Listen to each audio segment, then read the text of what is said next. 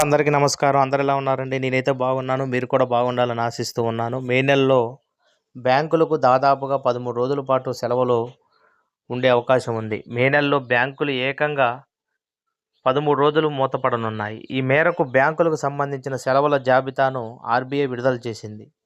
ప్రతి నెల బ్యాంకులకు సెలవులు ఉండే విషయం తెలిసిందే. అయితే మే నెలలో బ్యాంకులకు ఏకంగా 13 రోజులు మూతపడనున్నాయి. ఈ మేరకు బ్యాంకులకు సంబంధించిన సెలవుల జాబితాను ఆర్బీఐ విడుదల చేసింది. ప్రతి నెల బ్యాంకులకు సెలవులు ఈ క్రమంలో ఏవైనా ఆర్థిక సంబంధిత పనుల కోసం వెళ్ళేవారు ఏ రోజుల్లో బ్యాంకులు పనిచేస్తాయో సెలవులు ఉంటాయో తెలుసుకోవడం మంచిది. ముందస్తుగా సమాచారం లేకపోతే ఇబ్బందులు ఎదురయ్యే అవకాశం ఉంటుంది. సాధారణ సెలవులతో పాటు పండగ సెలవులు కలుపుకొని మే నెలలో బ్యాంకులు 2 వారాలకు పైగా మూతపడనున్నాయి.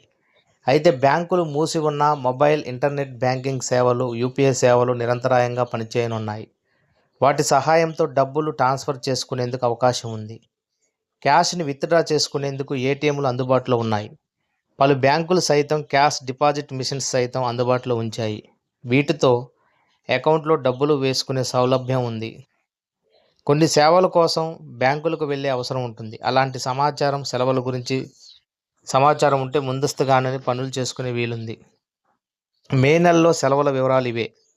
మే 1 కార్మిక దినోత్సవం సందర్భంగా దేశవ్యాప్తంగా బ్యాంకులకు సెలవులు. మే 4 ఆదివారం సందర్భంగా హాలిడే. మే 9 రవీంద్రనాథ్ ఠాగూర్ జయంతి సందర్భంగా హాలిడే. మే 10 రెండో శనివారం సందర్భంగా సెలవు. మే 11 ఆదివారం సందర్భంగా హాలిడే. మే 12 బుద్ధ పూర్ణిమ సందర్భంగా కర్ణాటకలో సెలవు. తెలంగాణలో ఆప్షనల్ హాలిడే. మే 16 శుక్రవారం సందర్భంగా సిక్కింలో సెలవు. మే 18 ఆదివారం సందర్భంగా సెలవు.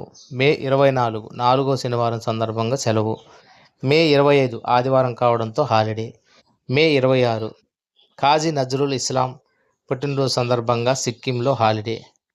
మే 29 మహారాణా ప్రతాప్ జయంతి పలు రాష్ట్రాల్లో సెలవులు. మే 30 గురు అర్జున్ దేవ్ జీ బలిదానం దినోత్సవం సందర్భంగా పలు రాష్ట్రాల్లో బ్యాంకులకు హాలిడే. ఈ విధంగా మే నెలలో దాదాపుగా 13 రోజుల పాటు సెలవులు అయితే బ్యాంకులకు ఉన్నాయి. ఇదండి మా యొక్క విశ్లేషణ. మీకు నచ్చినట్లయితే దయచేసి లైక్ చేయండి, సబ్స్క్రైబ్ చేయండి. ధన్యవాదములు.